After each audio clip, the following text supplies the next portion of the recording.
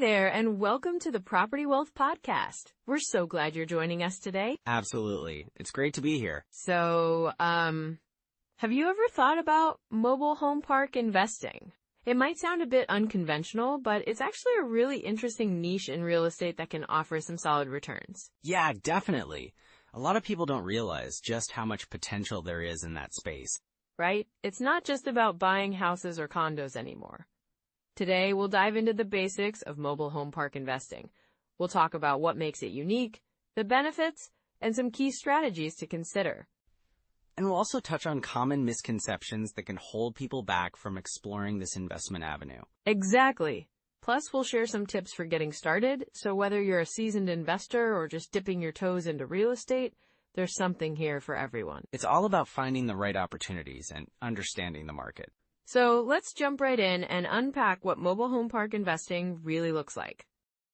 So Sarah, when we talk about mobile home park investing, it's really about more than just the numbers, right? It's about timing and security, especially for folks over 40. Absolutely, Mike. Many people in this age group are starting to think seriously about retirement, and with the current economic climate, that can feel a bit daunting. Right, and with inflation being what it is, traditional savings accounts or even some retirement funds just aren't cutting it anymore. Yeah, inflation really erodes purchasing power, doesn't it? The cost of living keeps rising, and having a stable source of income is becoming more crucial than ever. Exactly. Mobile home parks can provide that steady cash flow. Unlike other real estate investments, they often have lower operating costs and higher demand due to affordability, which is a big deal, especially now. That's a great point. I've heard stories from investors who've seen their returns soar even during economic downturns because people need affordable housing. It's like, when the market shifts, mobile home parks often remain resilient. For sure. I remember chatting with an investor named John. He bought a small park a few years back. At first, he was just looking for a side income to supplement his retirement savings. But then, during the pandemic, he found that his occupancy rates stayed high while other properties struggled. Wow, that's impressive. It must have felt like such a relief for him, knowing he had that security when so many were worried about their investments. Exactly. And that's what I think is so important for our listeners to understand. When you're over 40, you want to be building something that not only provides for you, but also for your family. A legacy, if you will. Mobile home parks can be that bridge to future wealth transfer. Yeah, and it's an emotional aspect too, isn't it? Knowing that you're not just looking out for yourself, but also setting your kids or grandkids up for success. Definitely. I've seen investors who, after a few years, were able to pass on their knowledge and even some of the properties to their children. It creates this sense of togetherness, and it's not just about money. It's about family stability. And let's not forget the current trends in housing. Many young families are struggling to find affordable places to live, and that's where mobile home parks fit in beautifully. Right, and as the demographic shifts, more people are looking for these types of communities. It's not just about investing. It's about providing an essential service to the community.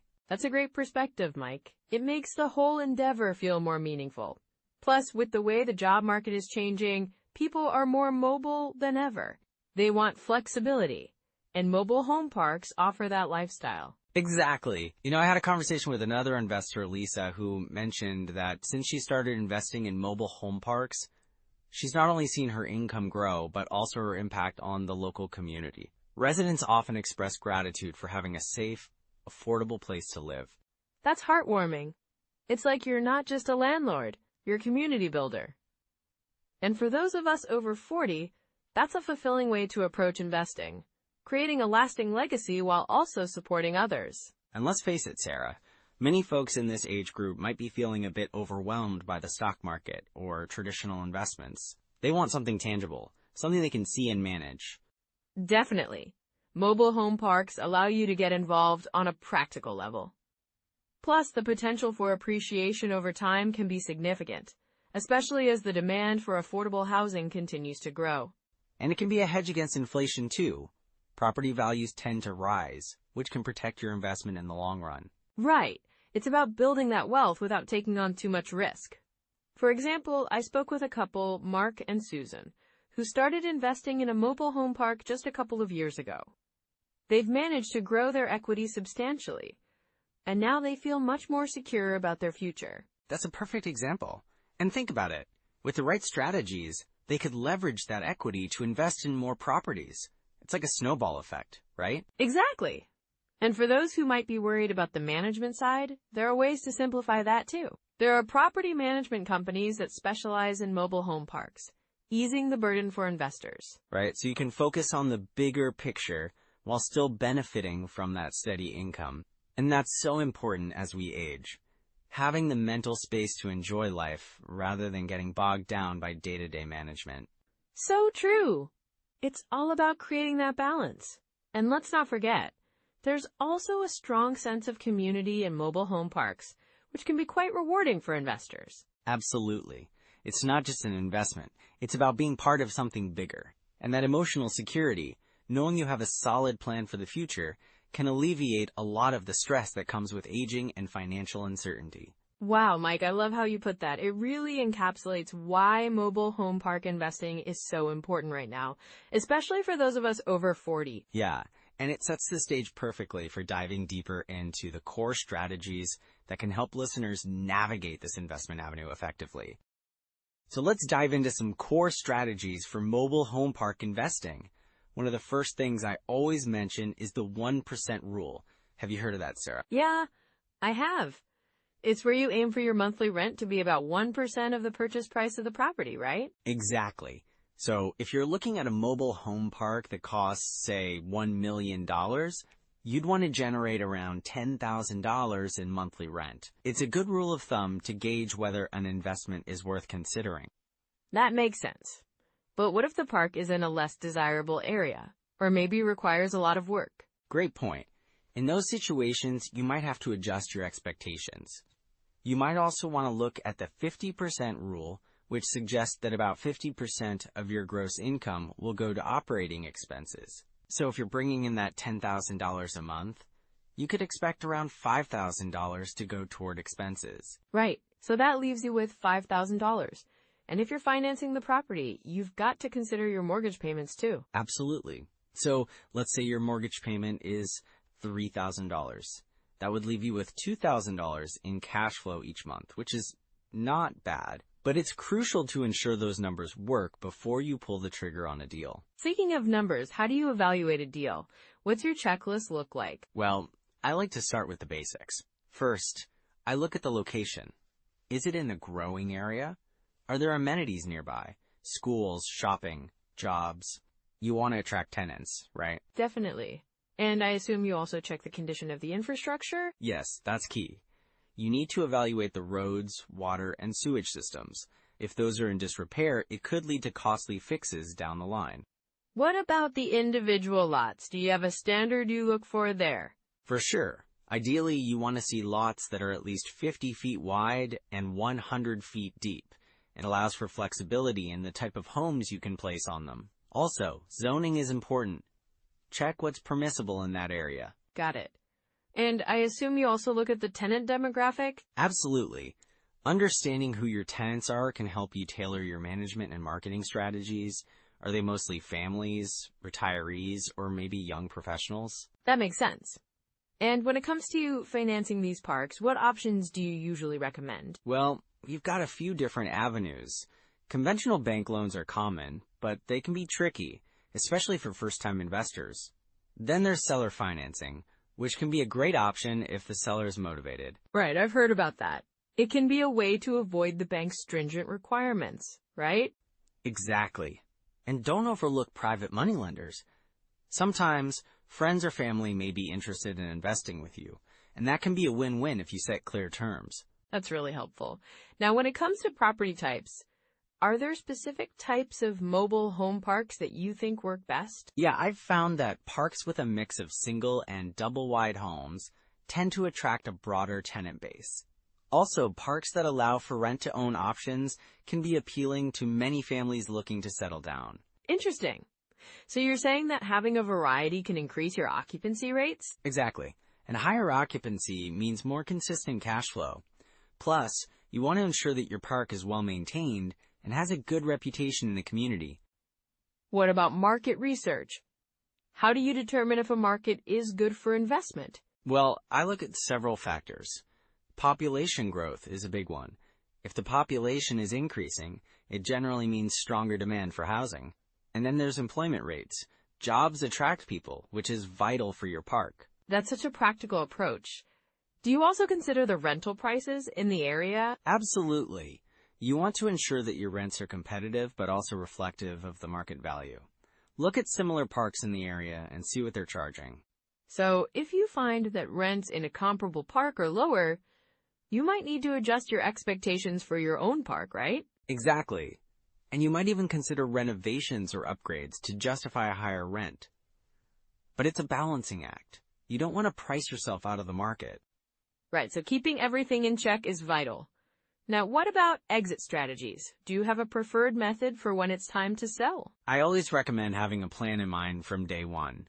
Whether it's selling to another investor, converting the park to a different type of property, or holding onto it for long-term cash flow, it's essential to think about your end goal.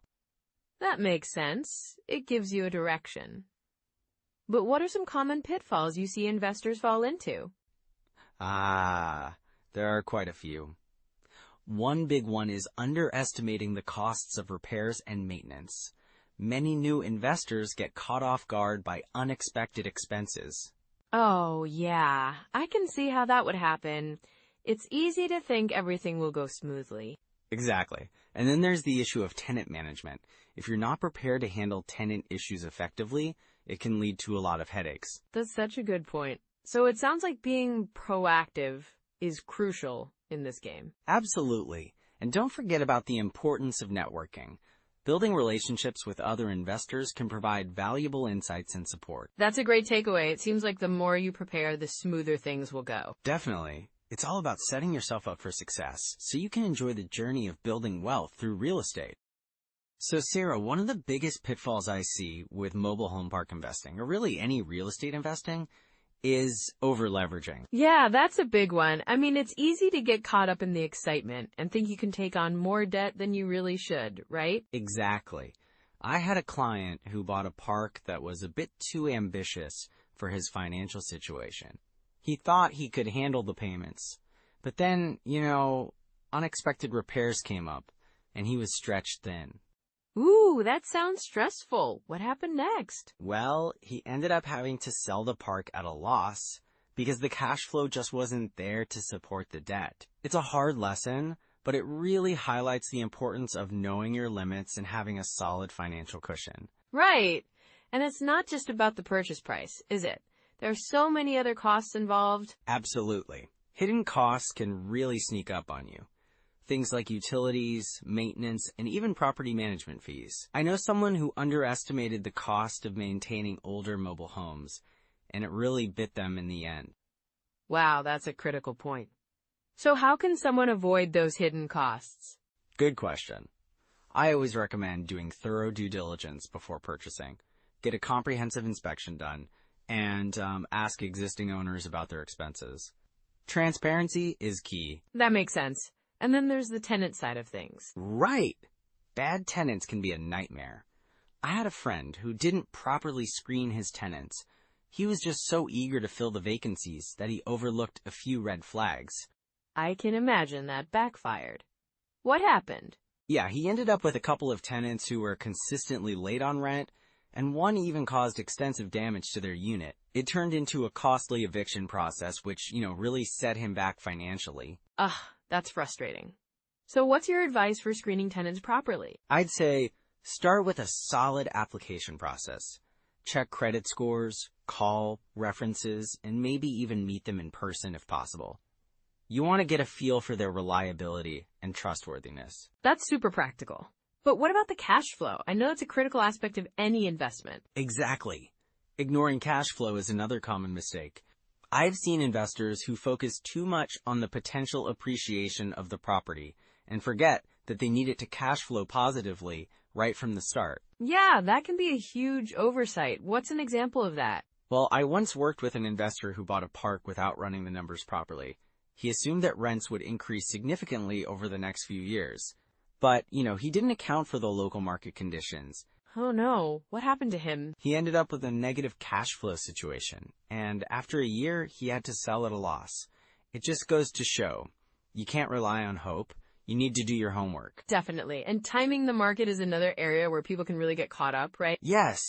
Trying to time the market perfectly is like trying to catch lightning in a bottle. It rarely works out. I remember a client who waited for months, hoping prices would drop. While he waited, the prices actually went up, and he missed a great opportunity. That's tough. So what's the best approach instead? Focus on finding a solid investment that meets your criteria, regardless of market conditions. If you find a good deal that cash flows, just go for it. The market will have its ups and downs, but a good property will usually perform well over time. That's very wise advice. And what about the importance of having an exit strategy? Oh, that's crucial. You need to know how and when you're going to get out of an investment. I had a colleague who bought a park but didn't have a clear plan. When the market shifted, he was stuck without a strategy and ended up losing money. That's a tough lesson for sure. So what should someone consider when creating an exit strategy? Think about your long-term goals. What do you want to achieve? Whether it's flipping the property or holding it for passive income, have a plan in place. And remember, it might shift as your circumstances change. Absolutely. And what about those red flags? Are there specific things investors should be on the lookout for? Definitely. Look for signs of neglect, like poorly maintained common areas or uncollected rent. Those can signal bigger issues. Also, if the owner seems evasive or defensive during your inquiries, that's a red flag too. That makes a lot of sense. So it's all about being vigilant and informed, right? Exactly.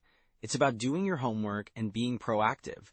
You want to stay ahead of potential problems instead of reacting to them after they've occurred. Really great insights, Mike.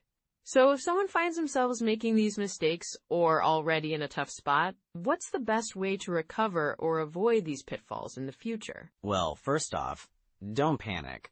Take a step back and reassess your situation. Talk to experienced investors or mentors who can provide guidance. It's also worth considering financial education courses or workshops that can deepen your understanding. That's solid advice. Knowledge really is power in this industry. For sure. Just remember that every investor makes mistakes. It's how you learn and adapt that counts. Love that perspective. So let's dive into the next steps. What should listeners do to put this advice into action? All right. So let's dive into some immediate next steps for anyone looking to get into mobile home park investing. Yeah, I love that. It's all about taking those first actionable steps, right? Exactly. So first things first, I'd recommend checking out some online resources. Have you ever used Zillow? Oh, definitely. It's great for browsing properties. Right? You can start there, even if you're just casually looking. Get a feel for the market. Look at mobile home parks in your area, see what they're listed for, and start understanding the price ranges. And I guess it helps to know what kind of amenities they have too, huh? Absolutely. Amenities can really affect value. And speaking of resources, I'd recommend checking out Bigger Pockets. They have a fantastic calculator for analyzing deals. Oh, I've heard of that. It's so useful for figuring out cash flow and expenses, right? Exactly. It breaks down all the numbers for you. And if you're serious about analyzing deals, the Deal Check app is another great tool. Super user-friendly for mobile home parks. Nice. I'll definitely have to check that out. And don't forget Rentometer. It's great for checking rental prices in your area, so you can see if your rental income assumptions are realistic. That sounds really practical. And I guess having access to your local MLS is important too? For sure. If you can get access to your local multiple listing service, it opens up a whole world of listings. You can find properties that may not be on Zillow yet. Love it. So what about books or podcasts? Any recommendations? Oh, definitely. One book that I think is a must-read is The Mobile Home Park Manifesto by Matt Faircloth. It lays everything out in a really approachable way. I've heard of that one. And what about podcasts? There are some great ones out there, like the Mobile Home Park Investor Podcast. They have some fantastic interviews with experienced investors who share their journeys and insights. That's a great resource. So for someone just starting out, how many deals should they aim to analyze each week? I'd recommend starting small, maybe one deal a week. It gives you time to really dig into the analysis without feeling overwhelmed. Yeah, that makes sense. And it's all about building that habit, right? Exactly. Consistency is key. And you might also want to join a local meetup group. There are often real estate investing meetups where you can connect with others in the industry. That sounds like a fantastic idea. Networking can open doors to partnerships or even mentorship. Absolutely. You never know who you might meet or what opportunities might arise. So if someone's feeling a bit hesitant about getting started, what would you say? I'd say just start where you are. Don't wait until you feel 100% ready. Even small steps can lead to significant progress. That's such a reassuring thought. It's all about the journey, right? Exactly. And remember, every successful investor started somewhere. It's about building your knowledge and confidence over time. So I guess the key is to keep learning and stay engaged while moving forward with practical actions. Right. With these tools in your pocket, you're ready to move forward. Let's recap what we've covered today. All right, so as we wrap up today's episode, let's just recap a few key takeaways from our discussion on mobile home park investing. Yeah, definitely. First off, we talked about how mobile home parks can provide a stable cash flow, right? Because, there's always a demand for affordable housing. Exactly, and that leads into the second point, the relatively low entry cost compared to traditional real estate investments. You can often get into a park for less than what you'd pay for a single-family home.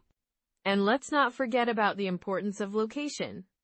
A mobile home park in a good area near schools and jobs can really increase its value over time. Absolutely, and then there's the potential for value-add opportunities. Improving the park's amenities or enforcing better management practices can really boost profitability. Right, and all of this ties into the bigger picture of building long-term wealth through real estate. It's not just about making quick profits. It's about creating sustainable income for the future. Well said, Sarah. And I think it's important for our listeners to remember that anyone can start this journey, especially if you're over 40 and maybe looking for something new or different. Totally. So if you found today's episode helpful, please like and subscribe. We'd love to hear your thoughts too. Comment with your biggest takeaway or any questions you might have. And if you know someone else who's over 40 and interested in investing in property, share this episode with them. Let's help each other out. Next time, we'll be diving into something really exciting. Self-storage facilities. They're often seen as a hidden gem in the passive income space. Yeah, I'm looking forward to that one. There's so much to explore with self-storage. For sure. So, until next time, keep investing in your future and building that wealth. Take care, everyone. Bye for now.